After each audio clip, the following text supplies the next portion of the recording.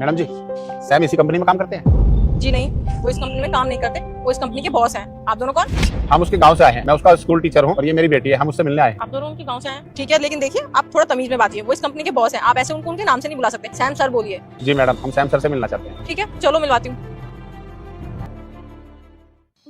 मैं I coming sir? Coming. Sir, कोई आपके गांव से आए हैं। वो अपने आपको आपके स्कूल के मास्टर जी बता रहे हैं, उनकी बेटी भी साथ में है। क्या मैं अंदर बुला लूं उनको? अरे तो आपने उनको बाहर क्यों खड़ा रखा है? अंदर भेजिए। जी, अंदर आ जाइए। नमस्ते मास्टर जी। नमस्ते बेटा, नमस्ते। अरे बैठिए ना, खड़े क्यों? बैठिए। जाओ सर। ठीक है, आप जाइए। और बेटा सब ठीक चल रहा है ना? बस आपका आशीर्वाद है। बहुत सालों बाद देखकर आपको बहुत अच्छा लगा। तकरीबन 12 साल हो गए होंगे मुझे गांव छोड़े हुए। और बेटा मैं भी बहुत खुश हूँ आपको इस पोजीशन में देख के। आप तो बहुत तरक्की कर लिए हो। अच्छा, ये कौन है? बेटा ये मेरी बेटी देविका, जो तेरे साथ बचपन में स्कूल में पढ़ती थी, याद आया? हाँ हाँ, याद आया। ये देविका है? हाँ बेटा। अरे ये तो बहुत बड़ी हो गई। और बताइए, आंटी जी कैसी है और गाँव में सब कैसे हैं? बेटा उन्हें तो 1 साल हो गया गुजरे हुए। सॉरी मास्टर जी, मुझे इस चीज की खबर नहीं लगी, नहीं तो मैं जरूर आता।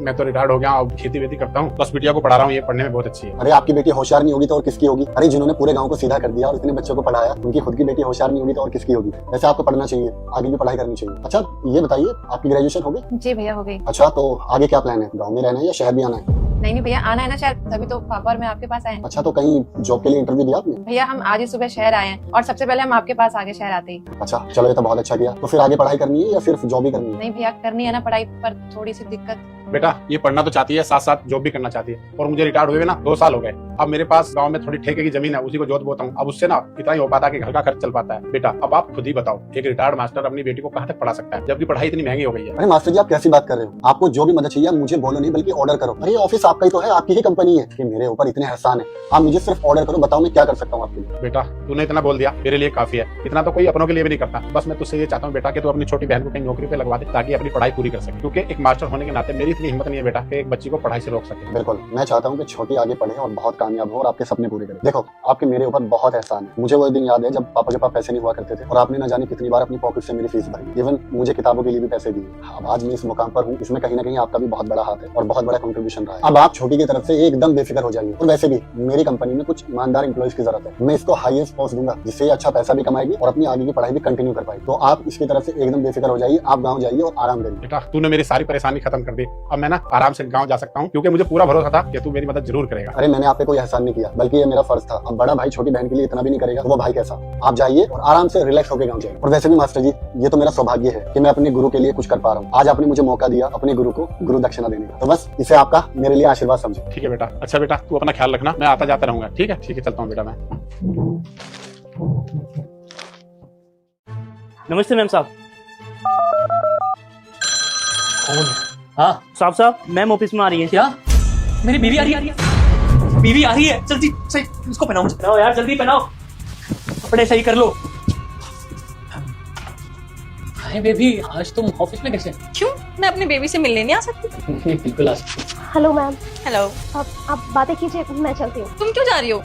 तुम्हें पता है उज्जवल तुम्हारी बहुत तारीफ करता है कि तुम बहुत अच्छा काम करती हो कंपनी में। तो एक्चुअली क्या है ना कि आज मैंने एक सरप्राइज प्लान किया है उज्जवल के लिए, तो वो देख के जाना, बताना कैसा है। क्या सरप्राइज है बेबी? वैसे तुम्हें पता है ना मेरी मीटिंग है एक इम्पोर्टेंट, तो उसके लिए प्रिपेयर कर रहा था। सरप्राइज वगैरह का अपन बाद में देखते ना घर। बेबी मीटिंग तो रोज होती रहती है, हमेशा मीटिंग में बिजी रहते हो, कभी मुझे भी टाइम दे दो, बस 5 मिनट लगेगा। मुझे सरप्राइज क्या है? वो क्या है ना कि मैंने तुम्हारी कंपनी में कैमरे लगाए थे।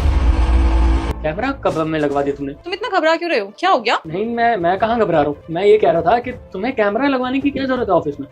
देखो हमारा स्टाफ भी कितना अच्छा है, कभी कोई गलती सुनने में आई किसी, सारे हमारी फैमिली की तरह ही है ना। घर में से सीसीटीवी लगा के इनको मॉनिटर करेंगे, बेचारों को अच्छा नहीं लगेगा। बेबी मैंने स्टाफ के लिए कैमरा लगाया भी नहीं था, मैंने सिर्फ तुम्हारे कैबिन में कैमरा लगाया था ताकि मैं तुम्हें देख सकूं। एक्चुअली क्या है, तुम इतना बिजी रहते हो, कभी तुम मीटिंग में बिजी रहते हो, कभी किसी के साथ, हमेशा काम काम काम, तो मैं तो बोर हो जाती हूँ ना, तो मैंने सोचा कैमरा लगवा देती हूँ ताकि मेरा जब मन करे मैं तुम्हें देख सकूँ, निहार सकूँ। क्या देखा फिर तुमने?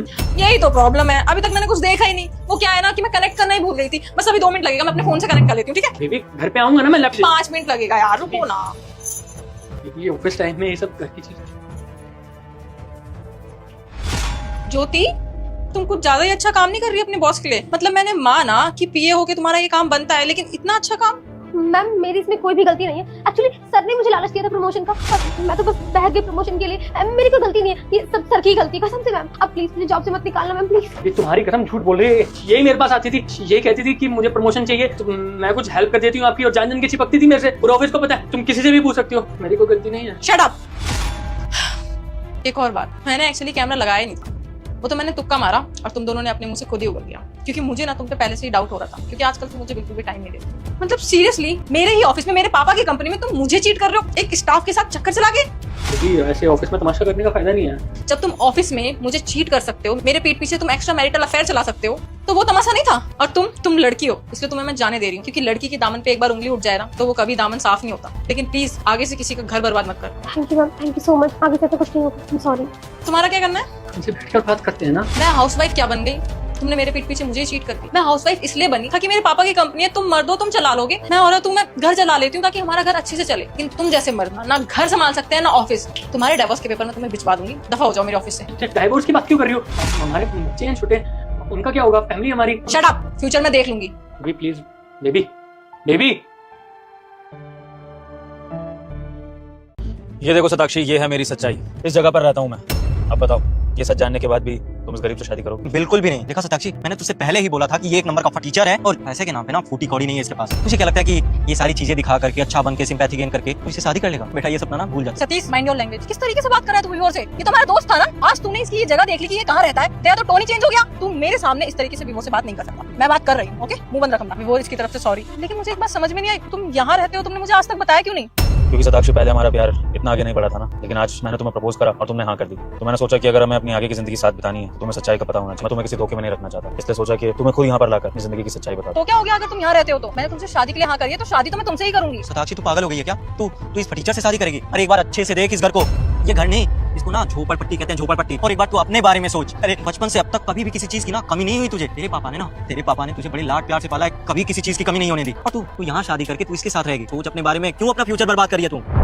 मेरा 4 साल से दोस्त है ना, बेस्ट फ्रेंड है मेरा, मुझे सबसे अच्छे से जानता है। तुझे अच्छे से पता है कि मैं जमीन पे पैर नहीं रखती, लेकिन तुझे ये नहीं पता कि मैं जिस इंसान से प्यार करती हूँ उसे किसी भी हालत में नहीं छोड़ूंगी। और विवोर से मैं प्यार करती हूँ, ये बात तुझे भी पता है। तुम कहीं भी रहो मुझे चलेगा। और ये सब छोड़ो, मुझे एक बात समझ में नहीं आई, अगर तुम इतने लो क्लास हो, मतलब ऐसी जगह रहते हो, तो तुम्हारा एडमिशन हमारे कॉलेज में कैसे हुआ? वहाँ पे तो सारे बड़े घर के बच्चे पढ़ते हैं और वहाँ की फीस भी बहुत ज्यादा है। और इसलिए मुझे भी लगा था कि तुम भी अच्छे घर से होगे। स्कॉलरशिप मिली थी मुझे तुम्हारे कॉलेज में एडमिशन के लिए, क्योंकि मेरे 12th में मार्क्स अच्छे आए। इसी बेसिस पर कम फीस में मेरा गुजारा हो जाता है। लेकिन स्कॉलरशिप मिलने से क्या होता है? तुम्हारा स्टैंडर्ड तो मैं मैच नहीं कर सकता ना। और तुम्हारा दोस्त बिल्कुल ठीक कह रहा है, मेरा तुम्हारा कोई मैच नहीं है सताक्षी। देखो ना, ये 4 ईंटों के घर में रहता हूँ और तुम महलों में रहती हो, तो हमारा कुछ भी नहीं हो पाएगा। मैं तुम्हें ये सच्चाई इसलिए दिखाने लाया हूँ ताकि तुम्हारे ऊपर से मेरे प्यार का पर्दा हट जाए और तुम कोई अच्छा अमीर खानदान का लड़का चूज करो अपने लिए। यार विवोर, तुम्हें समझ में आ रहा है कि तुम मुझसे क्या बोल रहे हो? और जितना ज्ञान तुम मुझे अभी दे रहे हो ना, शायद इतना ज्ञान तुमने मुझे तब दिया होता जब मैं तुमसे पहली बार मिली थी, तो शायद मैं तुमसे शादी के लिए राजी ना होती। और अब मुझे तुमसे प्यार हो चुका है और मैं तुमसे ही शादी करूंगी, चाहे तुम मुझे इस घर में रखो, चाहे तुम मुझे कहीं भी रखो। लेकिन इस चीज की नौबत ही नहीं आएगी यार। मेरे पापा बहुत बड़े बिजनेसमैन है और मैं उनकी इकलौती बेटी हूँ, तो सब कुछ मुझे ही हैंडल करना है इन फ्यूचर। तो दोनों मिलकर हैंडल करेंगे ना, क्या दिक्कत है? ये तो मेरे लिए और शर्म की बात है सताक्षी कि मुझे तुम्हारे पापा के रहमो करम पे जीना पड़ेगा। घर जमाई बन जाऊंगा ना, तो क्या फिर तुम्हारे पापा मेरी इज्जत करेंगे? और दुनिया तो मुझे गोल्ड डिगर बोलेगी, कहेगी कि अमीर लड़की फंसा ली और अब उसके घर जाकर उसकी जायदाद पर कब्जा कर रहा है। कि दुनिया हंसेगी हम पर। अरे मेरी छोड़ो, मेरी तो कोई इज्जत नहीं है, लेकिन तुम्हारी तो है ना। लोग तुम पर हंसेंगे कि तुमने किस गरीब के साथ शादी की। सुनो, तू जैसे लोगों को ना बहुत अच्छे से जानता हूँ। ये जो धर्मात्मा बन रहा है, ऐसे प्रिटेंड कर रहा है जैसे इसमें तेरी कोई गलती नहीं है। तू जैसे लोगों को बहुत अच्छे से जानता हूँ। तुझे ना पता था ये पैसे वाली है और तू फटीचर है, इसलिए तुमने इसको प्यार के जाल में फंसाया ताकि आगे चल के शादी कर ले और इसकी सारी प्रॉपर्टी अपने नाम करा ले। तो ये ढोंग रचने की जरूरत नहीं है यहाँ पे, समझा ना? सताक्षी देख, तू कह रही ना मैं तेरा दोस्त हूँ, तो दोस्त होने के नाते तुझे समझा रहा हूँ, मत कर अपनी लाइफ बर्बाद। चल यहाँ से। सतीश बस, मुझे एक बार समझ में नहीं आई कि तू बार-बार बीच में बोल क्यों रहा है जब मैंने तुझे एक बार मना कर दिया तो। जैसे आज तुम्हारा दोस्त तुम्हें ताने मार रहा है ना, वैसे पूरी दुनिया तुम्हें ताने मारेगी। सताक्षी, मेरे साथ तुम्हारा कभी फ्यूचर अच्छा नहीं होगा। और 2 रोटी से या प्यार से जिंदगी नहीं कटती है। प्यार कटती है स्टैंडर्ड से, पैसे से, सोसाइटी से। और जब सब कुछ तुम्हारे अगेंस्ट होगा तो फिर हमारा प्यार कैसे कामयाब होगा? सताक्षी, मैं तुम्हारी भलाई के लिए कह रहा हूँ, छोड़ दो मुझे। इसी में तुम्हारी भलाई है, प्लीज समझो बात को। ठीक है, फिर तुम सोचते रहो स्टैंडर्ड का और 4 लोगों का, बट मैं सिर्फ तुम्हारे बारे में सोचूंगी। तुमसे प्यार किया है और उसे निभाऊंगा। अभी भी मेरे घर पे आके पूछ लेना या फिर इसी से पूछ लेना, ये बता देगा। सिंगल रहूंगी पूरी लाइफ, लेकिन शादी करूंगी तो तुमसे करूंगी। इंतजार करूंगी तुम्हारा। जा रही हूँ।